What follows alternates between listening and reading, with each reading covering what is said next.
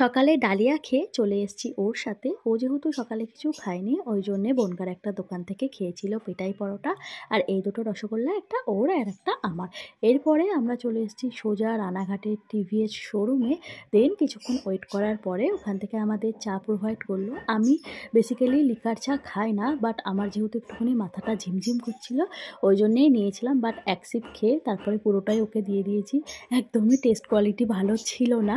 তো যাই হোক, যেহেতু নষ্ট করতে চাইছিলাম না বলেই পুরোটা ওকে দিয়েছি।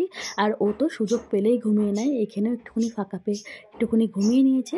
দেন আমাদের গাড়িটা ওই 2:30 নাগাদ দিয়ে দিয়েছিল। আগের দিন অনেকটাই লেট হয়ে গেছিলো, প্রায় 5টা সাড়ে 5টা বেজে গেছিলো, বাট আজকে তাড়াতাড়ি হয়ে গেছে।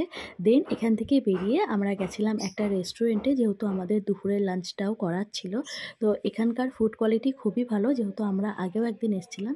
এখান থেকে লাঞ্চ করে সোজা চলে এসেছি বনগাঁতে। তো আজকের জন্য এইটুকুই।